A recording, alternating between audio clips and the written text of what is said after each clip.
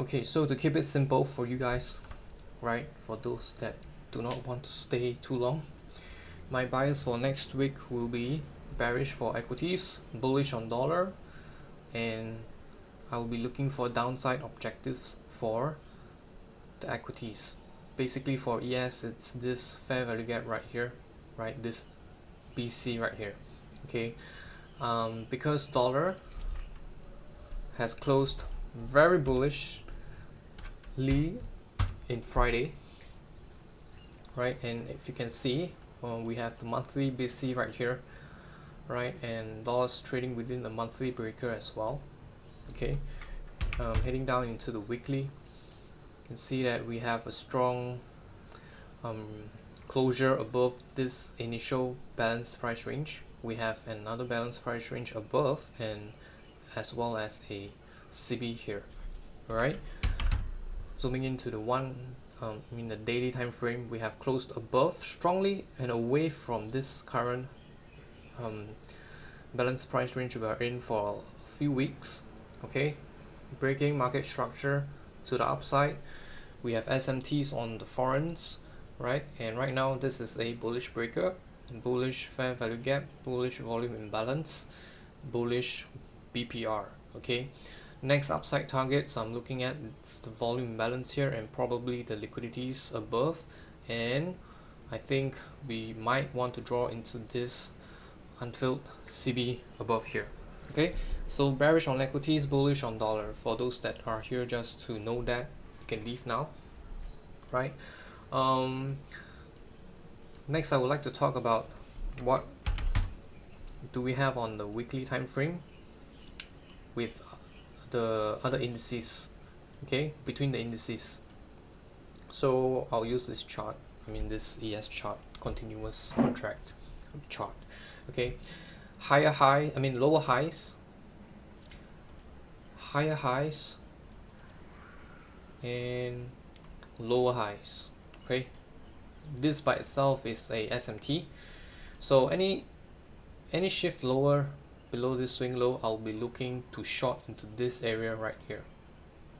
Okay, this is relative equal lows on the weekly, and because we're in a seasonal tendency whereby the market tends to be bearish, I would prefer to lean on that bias. So ES was unwilling to make a higher high right here, whereas Nasdaq did make a higher high right here. Okay, so to see a confirmation of lower prices, I would much prefer Nasdaq to take out this swing low here for confirmation. Okay, so once Nasdaq takes out this low, then I think ES and Dow Jones would go lower. Okay, because in a sense, because they're unable to make a high, it also means that ES and Dow Jones are more bearish as compared to Nasdaq, right? So if you were to short, you would rather short in these two markets as compared to NQ, right? And I think that's it for this video here. This might be the top for Q2. Okay, might, not a guaranteed, might, right? If you take a look at, where is this?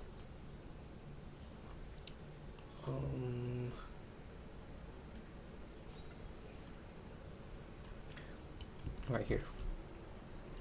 Okay, so if you take a look at the current dealing range we are in right now, this swing high to this swing low, we are in this dealing range. Okay, so we are in what?